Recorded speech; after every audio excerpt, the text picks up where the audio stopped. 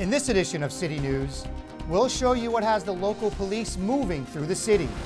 Also, see how a group of individuals are taking a second chance at life. Plus, find out who's squaring off to be crowned champions of the hardwood. These stories and much more coming up on City News.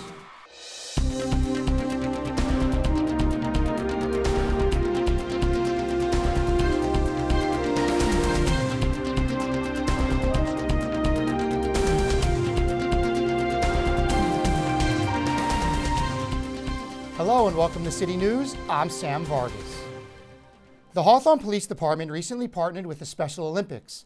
Reporter Tony Long Jr. tells us more. Officers of the Hawthorne Police Department put on their running shoes and sprinted down Hawthorne Boulevard, all for a good cause. Today we had the Southern California Special Olympics Law Enforcement Torch Run, to where all of our officers acted as guardians of the flame of hope before the start of the summer games. The torch itself has been carried through different regions of California. It's basically over a week ago, some of the legs started. The northern leg starts in northern San Luis Obispo and works its way south. The southern leg starts in Chula Vista and works its way north.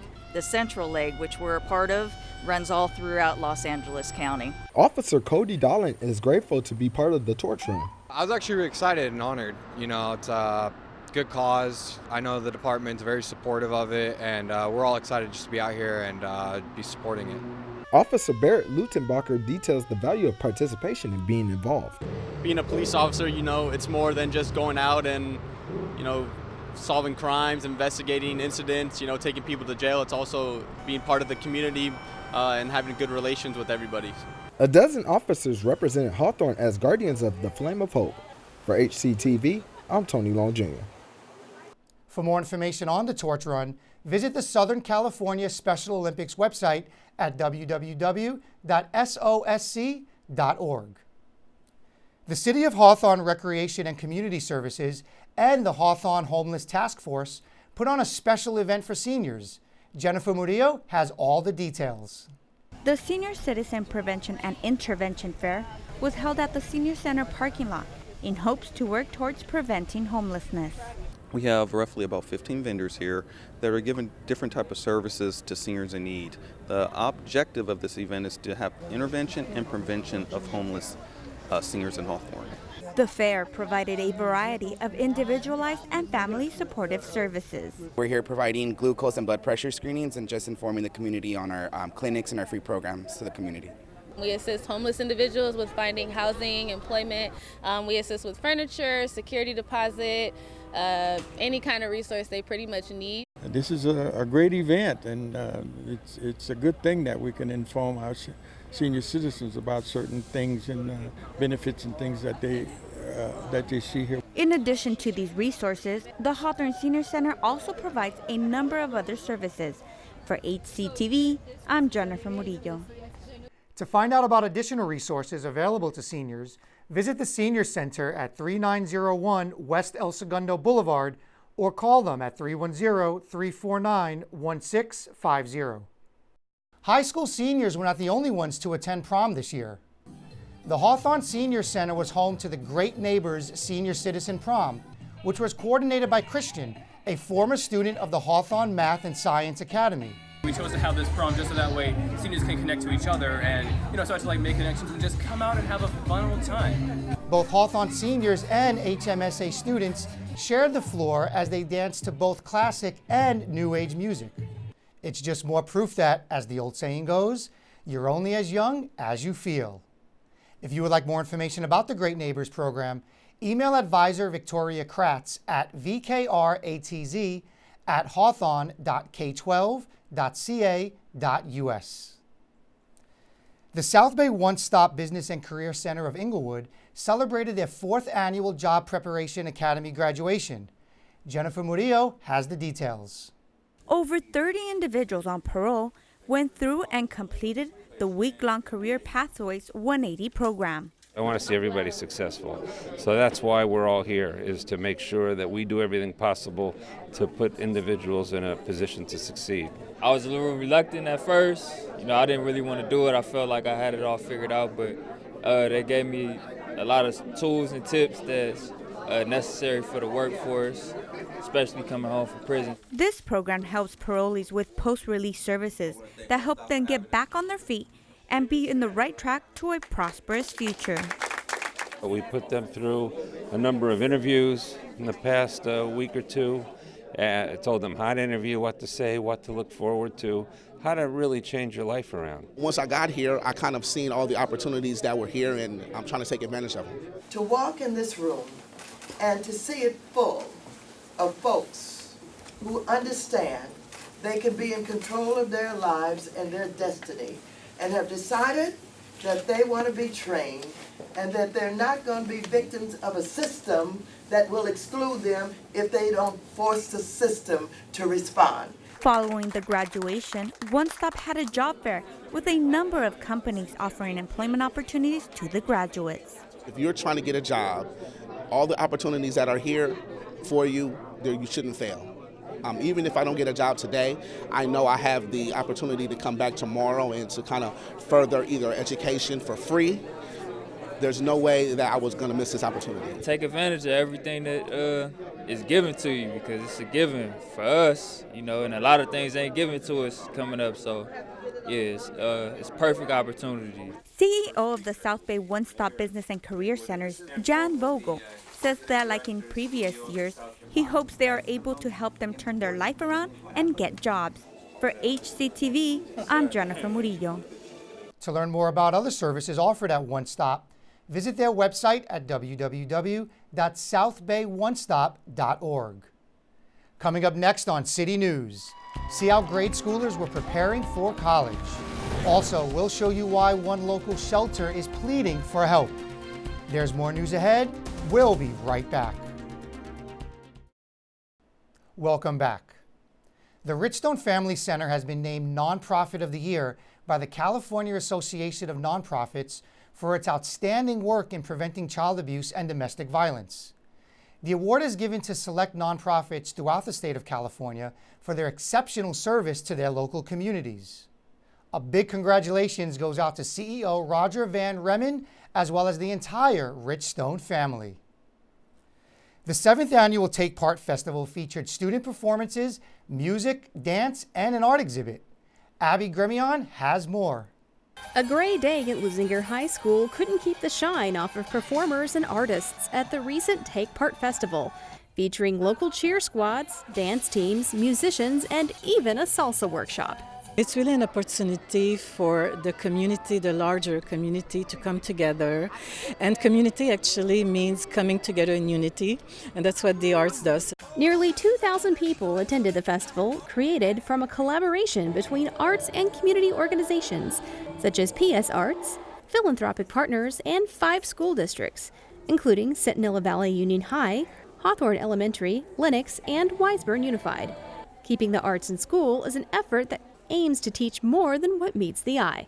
They can experience other things besides what they have around them. There's more to the world, and art brings that in, and art and music helps bring what's outside to their little world, their small world. We started this group primarily because we all liked K-pop. They like to dance. I like to dance, and why not? The initiative provides music, theater, and visual arts programs for students in these 5 participating school districts, ensuring that students have equal access to quality arts opportunities and enter middle school and high school prepared for advanced studies in the arts.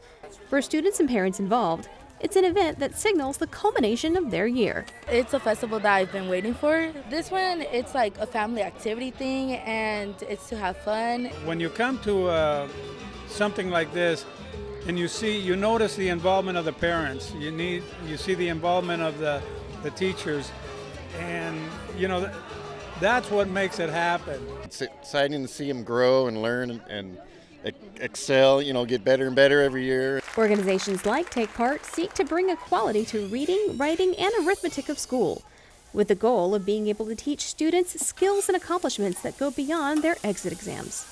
To give kids creativity, because if you force all kids to do science and math, no one's really going to feel like they have a place in this world, because everyone's going to be exactly the same. My favorite part is watching the performances and I feel like that kind of inspires me to actually want to do this someday. Like, I think one day I want to become an actor. According to the Take Part organization, introducing kids to the arts early in life is important for introducing skills like attention to detail, discipline, time management, and critical thinking. All quality skills that make good kids into great adults. Well, sometimes we hear all the bad stuff, but we don't hear the good stuff. And that's what I think is important, is that we take the time to showcase, how good our kids really are. A yearly event that brings beauty to all parts of young people's lives in the South Bay. For HCTV, I'm Abby Grimion. The Take Part Festival is presented by the Take Part Initiative in partnership with PS Arts. For more information on the Take Part Festival, call Stephanie McGrath at 310-586-1017. One school is working towards encouraging kids towards higher education. Zella Davis Elementary celebrated their second annual Early College Pursuit Prep Rally. It's a program that we have here at Zella Davis to get students interested in college at a much more earlier age. During the assembly, 2 students from the 4th and 5th grade classes went up in front of the crowd to speak on what they had learned about the school they represented. The schools selected were from all across the country. I think it's cool because we get to learn about different colleges and not just of our college that we learned about, but about other people's college. It's important to learn about college at this age so you can learn how to get in college and to learn all the different things you learn about. I've learned that there are many colleges teach different things and some colleges teach the same things. Those involved in the program said their goal is for more inner-city school students to learn about all the schools and the opportunities they can have if they go to college. We are bringing the love and the affirmation, and we're also bringing the encouragement for higher education. We want our kids to get the best start in life, and higher education is one of those tools that they absolutely need. I just think it's important for our community to be informed about college.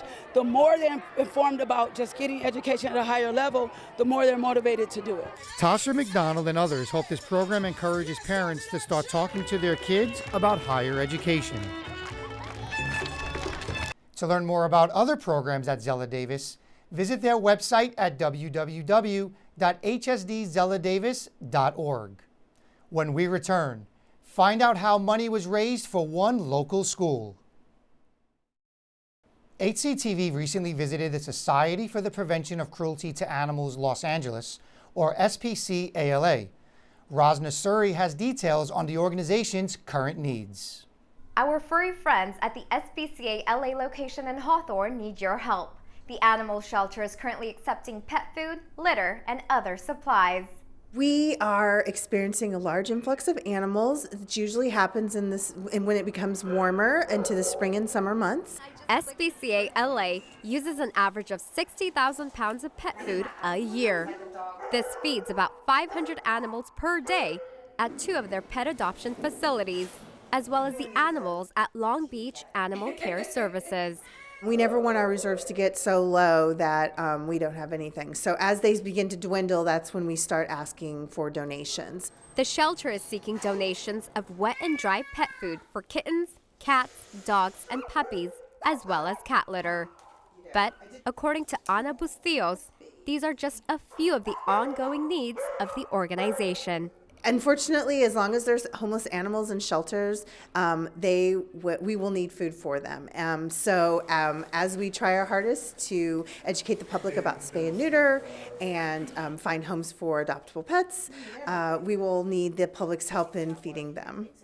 Unopened pet food donations can be dropped off at any of the following SPCA LA locations during their business hours: 12910 Yukon Avenue in Hawthorne, 5026 West Jefferson Boulevard in Los Angeles, and 7700 East Spring Street in Long Beach. Or donations can be shipped directly from the shelter's Amazon wish list, which is available at www.spcala.com. Reporting in the City of Good Neighbors, for HCTV, I'm Rosna Suri. For anyone interested in starting a pet food drive, please contact the SPCALA by emailing info@spcala.com or calling 323-730-5300, extension 3253. A league showdown for all the marbles recently took place at Bud Carson Middle School. Tony Long Jr. was there for all the action. Students of Zella Davis and Kornblum battled for the right to take home the trophy in the Hawthorne Elementary Basketball League Championship game. We're going to keep that trophy. We've had it for 4 years, and I'm trying to keep it, baby. I'm trying to keep it. We have to get back on defense. We gotta play hard and go after every loose ball. The idea of the league came from the mind of Tasha McDonald, who is also the coach of the Zella Davis squad. I started this league about 4 years ago, and it was started as an intervention piece for sports and academics. And a lot of times we have students that work really hard in the classroom, but they fall short of being able to participate in some school activities. So I started this to be able to help them participate in school activities and to get our community involved. So the stands, it gets really, really filled in here. Among the fans in the crowd is parent Sean Brooks, whose son plays for Zella Davis. I love the game. It's a great atmosphere, family-orientated, a good opportunity for the kids to come out here and play and show what they got. Kornblum principal Marissa Stewart loves the competitive atmosphere and supports her school by being part of the cheering section. This is our championship game. Our basketball team has worked really hard, and we're hoping to beat Zella Davis today. Either way, we're so proud. It's been an amazing season, and as you can see, this is a really well-matched game. A well-matched game as Zella Davis held on to keep the trophy for another year by a score of 43-37. It feels good to help and support my team and win, you know, because we're all a family, all contribute, so it feels really good. I'm so hyped. Like, they had caught up a little bit, and then we just kept on appreciating and pressing hard and hard and hard. Their league consists of 5 elementary schools from the city of Hawthorne, with each school having 2 different teams, including one that helps some students work on their skill set. For HCTV, I'm Tony Long Jr. For more information on this league, visit the website listed on your screen. The environmental educational organization Grades of Green hosted their first youth summit at Subaru Pacific. The eco-science fair, called Impact-a-thon, gave students who participated in Grades of Green the opportunity to showcase their projects. Students from all across the South Bay are gathering together to share their ideas about environmental stewardship and how to innovate ideas to protect our environment for years to come. We can take their passion and help them turn it into action. What can they do to create that change they want to see in their school, in their city, in their district? Of the many schools that participate with Grades of Green, one Hawthorne school in particular made a big impact on the environment. At Hawthorne Math and Science, they conserved 19,000 gallons of water from their water campaign project last year. So we're really excited to work with students all across the South Bay. To learn more about Grades of Green, visit their website at www.gradesofgreen.org. Bud Carson Middle School recently held their Hustle for Huskies event, a family field day complete with a talent show, carnival games, and a basketball tournament. Abby Gremion has the story. With just 10 days left for the 2018-2019 school year, the fun and games was to be had were done with the future in mind. Hustle for Huskies was started back quite a few years ago. We brought it back this year to include all of our extracurricular programs. We need more funds to, because unfortunately our budget can't cover everything that we need. The importance of why fundraisers are necessary are not lost on students. One Bud Carson student opened the festivities by singing the national anthem and fully understood the reasons why events like these are not only important but necessary. With the money that they raise from these fundraisers, they did put a lot of programs into these schools that could help musicians such as myself or other sports fans. Other students recognized why programs in STEM, the arts, and sports are important for students to have a well-rounded educational experience. I think that all schools should have art and activities for the kids because they can learn about new stuff every day in art. Not everybody's good at sports, so they need someone to, other activities for people. There are some students, they need something to motivate them to be here every day. It's just great for students to have another purpose other than just school. Local businesses and foundations that aim to help and improve education in the city of Good Neighbors were also on hand, not only to participate in the festivities, but to donate to the cause as well. Why should large companies support the community that literally supports them. Purely philosophically speaking, it's the right thing to do. It's just a wonderful thing that LAFC does, and I feel very privileged. The principal just shared with me that the programs that she wants to do are underfunded by about $40,000 per year.